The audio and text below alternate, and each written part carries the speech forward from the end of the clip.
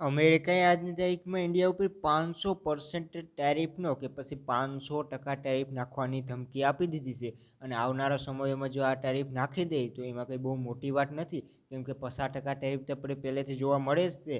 અને આખી દુનિયા સાથે જે અમેરિકાએ જે દુશ્મની કરી છે અને એમાં ઇન્ડિયા પણ આવી જાય છે. અને જો આપણા ઉપર 500% ટેરિફ કાલે હવાની ઉઠીને લાગી જાય તો એમાં બહુ મોટી વાત નથી, કેમ કે અમેરિકા એ કરી શકે છે. ડોનાલ્ડ ટ્રમ્પ જે અત્યારે જે કરી રહ્યો છે એનાથી એવું લાગે છે કે એ 500% ટેરિફ નાખી પણ દે ઇન્ડિયા ઉપર, અને એમાં કંઈ બહુ મોટી વાત નથી. પણ અમેરિકાની એવી તો શું માંગો છે કે અમેરિકાની ટ્રેડ ડીલ એવી તો શું છે જેને ઇન્ડિયા ક્યારેય પૂરું કરી શકવાનું નથી કે એને માની જ નથી શકતું. એના વિશે આ વિડીયોની અંદર વાત કરીએ. અમેરિકાની ઘણી બધી માંગો આપણે લોકોને જોવા મળે છે એ ટ્રેડ ડીલની અંદર, પણ એની અંદર જે એક માંગ છે જેના વિશે હું આજના વિડીયોની અંદર વાત કરવાનો છે અને જેના વિશે આપણે લોકો બધાને ખબર હોવી જોઈએ, કેમ કે એ ખેતીથી લગતી વાત છે અને આપણા ઉપર ડાયરેક્ટલી ઇમ્પેક્ટ કરી શકે છે એવી વાત આપણે લોકોને જોવા મળે છે. એગ્રીકલ્ચર, દૂધ અને ડેરી માર્કેટ આ એક એવો માર્કેટ છે જો ઇન્ડિયાની અંદર આવી જશે તો જેટલા નાના ખેડૂતો છે કે જેટલા લોકો પશુપાલનની અંદર છે એનો ધંધો ડાયરેક્ટલી રાતોરાત ખતમ થઈ જશે. કેવી રીતે આજના વિડીયોની અંદર સમજાવું. રામ રામ સીતારામ, હું નાગાર્જુન. અમેરિકા અને ઇન્ડિયાનો જે ડેરી માર્કેટ છે, જે દૂધ ઉત્પાદક માર્કેટ છે, એનો જમીન અને આસમાન જેવો તફાવત આપણે લોકોને જોવા મળે છે. આજની તારીખમાં જો ઇન્ડિયાની અંદર આપણે લોકો જોઈએ ને તો આપણે લોકોને 1 કે 2 3 ગાયું કે ભેંસું રાખતા નાના નાના ખેડૂતો જોવા મળે છે માર્કેટની અંદર. પણ અમેરિકાની અંદર મોટી મોટી ફેક્ટરીઓ આપણે લોકોને જોવા મળે છે અને એની અંદર મોટા પાયે મોટા લેવલ ઉપર દૂધ ઉત્પાદન થાય છે. અને ત્યાંના લોકોને ફેક્ટરી હોય એ માટે ઘણી બધી સરકારથી સહાય પણ મળતી હોય છે. અને એના લીધે અમેરિકાનું દૂધ ઘણું બધું સસ્તું આપણે લોકોને માર્કેટની અંદર જોવા મળે છે. ઘણું બધું એને જે દૂધ ઉત્પાદન કરવાનું જે હોય છે ને એ બહુ સસ્તામાં થઈ જાય છે. અને ઘણા બધા એવા જીએમ્સ પ્રોટીન જે માંસ આપણે લોકો કહીએ કે ગાયોને કે એ ખવડાવતા હોય એવું આપણે કહીએ તો એમાં કંઈ ખોટું નથી. એવા હોર્મોન્સ હોય છે જે પ્રાણીઓના અંગોમાંથી બનેલા હોય છે અને એવા પ્રોટીનો ગાયોને આપવામાં આવે છે. અને એક રીતે આપણે લોકો કહીએ કે માંસ આપવામાં આવે છે તો પણ કંઈ ખોટું નથી. અને ઇન્ડિયાની અંદર આવી બધી વસ્તુઓ બેન છે. આપણે લોકો ધાર્મિક રીતે પણ જોડાયેલા છે કે ગાય માતા છે, ગાયને આપણે ભગવાનની જેમ પૂજીએ છીએ. પણ નાના લોકોને એવું કંઈ નથી હોતું. નાના લોકો તો એકદમ એને તો ખાલી દૂધ ઉત્પાદન વધુમાં વધુ થાય એ માટે એ ગમે તે કરશે, જે બનશે એ કરશે, જે કંઈ પણ કેમિકલ આપવા પડશે એ પણ એ કેમિકલ આપી દેશે. એને ખાલી દૂધ ઉત્પાદન વધારે મેળવવાનું છે, એ જ એનું મિશન હોય છે. અને ઇન્ડિયાની અંદર એવું નથી હોતું. અને જો યુએસનું દૂધ, અમેરિકાનું દૂધ ઇન્ડિયાની અંદર આવે તો હું તમને લોકોને એક્ઝામ્પલના થ્રુ સમજાવું. માની લો કે આજની તારીખમાં આપણે લોકોને ઇન્ડિયાની અંદર દૂધ જોવા મળે છે 60 કે 70 રૂપિયા કે 50 કે 60 રૂપિયા લીટર. પણ જો અમેરિકાનું દૂધ ઇન્ડિયાની અંદર આવી જશે તો એ દૂધ 30 રૂપિયા કે 35 રૂપિયા લીટર માર્કેટની અંદર જોવા મળશે. અને આના લીધે જે આપણા નાના નાના ખેડૂતો છે ને એ રાતોરાત ભંગાઈ જાય, રાતોરાત એની સાથે કોમ્પિટિશન જ નહીં કરી શકે.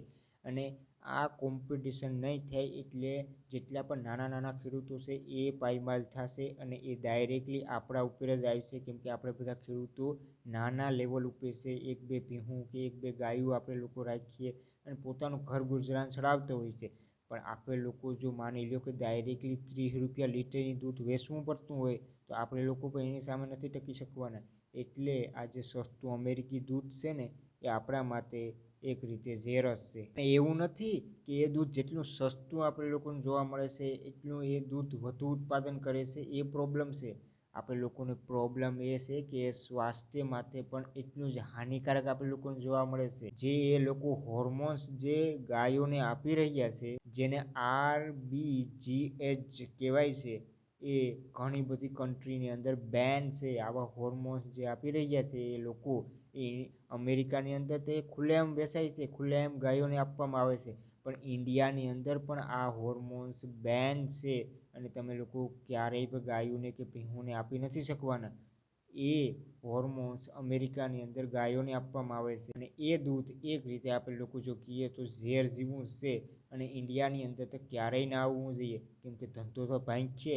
પણ લોકો પણ મરશે એટલા. અને બીજી જે પ્રોબ્લેમ આપણે લોકો ખેડૂતોને જે જોવા મળવાની છે ને એ છે GM બીજ કે પછી જેનેટિકલ મોડિફાઈડ બીજ, કે આપણે લોકો કહીએ જો સરળ ગુજરાતી ભાષામાં કે સુધારેલું બિયારણ.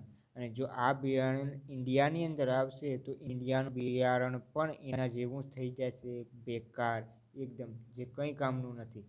અમેરિકાની અંદર આજની તારીખમાં જે કંઈ પણ ઘઉં છે, સોયાબીન છે કે અલગ અલગ જે કંઈ પણ બીજ કે પછી આપણે લોકો બિયારણ જેને કહીએ છીએ એ જે જોવા મળે છે ને એ બિયારણ 80થી 90% બિયારણ આપણે લોકોને જે અમેરિકાને માર્કેટની અંદર આજની તારીખમાં જે જોવા મળે છે ને એ GM બીજ આપણે લોકોને જોવા મળે છે, GM બિયારણ જોવા મળે છે. બેસિકલી નોર્મલ રીતે તમે લોકો સમજી લો ટૂંકમાં કે એક લેબની અંદર બનાવેલું સુધારેલું એક બિયારણ છે. અને એ બિયારણને વધુમાં વધુ સારી રીતે પકવવા માટે તમારા લોકોને એ જ કંપની, જે કંપનીએ એ બિયારણ બનાવ્યું ને એ જ કંપનીની દવાઓનો છંટકાવ એ બિયારણ ઉપર કરવો પડશે. અને એ એક રીતે લૂપ હોલ છે કે એક ટ્રેપ છે, એક ગોળ સકળું છે જેની અંદર તમે ફસાઈ જશો. બિયારણ એકતા લેશો એની પાસેથી અને એ બિયારણમાં એની જ દવાઓનો છંટકાવ કરવો પડશે, જે બહુ મોટી પ્રોબ્લેમ છે. કેમ કે એના ભાવની દવાઓ વેચશે ઇન્ડિયાની અંદર અને એ પણ આપણા માટે બહુ નુકસાનકારક હશે. કેમ કે એ જેવો ભાવ રાખશે એવા ભાવની દવાઓ આપણે લોકોને લેવી પડશે. કેમ કે બીજી કોઈ કંપનીની દવાઓ એમાં લાગુ જ નહીં પડે, કેમ કે બિયારણ જ એનું છે. તો એના ઉપર દવાઓ પણ એ જ બનાવશે અને એ જ સપ્લાય કરશે. તો આ એક રીતે ટ્રેપ હોલ છે અને એની અંદર આપણે ઇન્ડિયાને પડવું જ ના જોઈએ, એ તમને ખબર જ છે. અને આ બે શરતો જે છે ને મેન, એ અમેરિકા કાઢી નાખશે ને તો કદાચ માની પણ લેશે બીજી બધી શરતો, પણ આ શરતોની સાથે ઇન્ડિયા ક્યારેય પણ ટ્રેડ ડીલ સાઇન નહીં કરે કે નહીં કરી પણ શકે. જો સરકાર ધારે તો પણ આ નહીં કરી શકે, કેમ કે ઇન્ડિયાની અંદર આપણે લોકોને જે દૂધ અને એગ્રીકલ્ચર માર્કેટ છે એ બહુ મોટા પાયે છે. અને જો આ કરશે તો નાના નાના ખેડૂતો એકદમ રાઈટો રાઈટ ભંગાઈ જવાના છે, એકદમ મરાઈ જવાના છે. કેમ કે અમેરિકાનું સસ્તું દૂધ જો ઇન્ડિયાની અંદર આવી ગયું કે એના જે બિયારણ આ ઇન્ડિયાની અંદર આવી ગયું તો આપણે બધા ખેડૂતો ભંગાઈ જવાના છે. અને એના કારણે ઇન્ડિયાની સરકાર આવું બધું નથી કરી રહી અને આ ટ્રેડ ડીલ નથી માની રહી. આ એક મેન કારણ છે જે આપણે બધાને સમજવાની જરૂર હતી, કેમ કે આ ડાયરેક્ટલી આપણા ઉપર ઇમ્પેક્ટ ક્રિએટ કરે છે. બસ આજના વિડીયોની અંદર આટલું જ. ફરી પાછા મળીએ એક નવા વિડીયોની સાથે. પણ જો તમારા લોકોને કોઈ પણ જાતની ઇન્ટરનેશનલ ન્યૂઝ કે કોઈ પણ જીઓ પોલિટિકલ સ્ટફ જોવી હોય તો તમે લોકો કમેન્ટ કરીને જણાવી શકો છો. આપણે લોકો એના ઉપર કોઈ વિડીયો બનાવવાનો પ્રયત્ન કરશું. ફરી પાછા મળીએ એક નવા વિડીયોની સાથે. આવજો.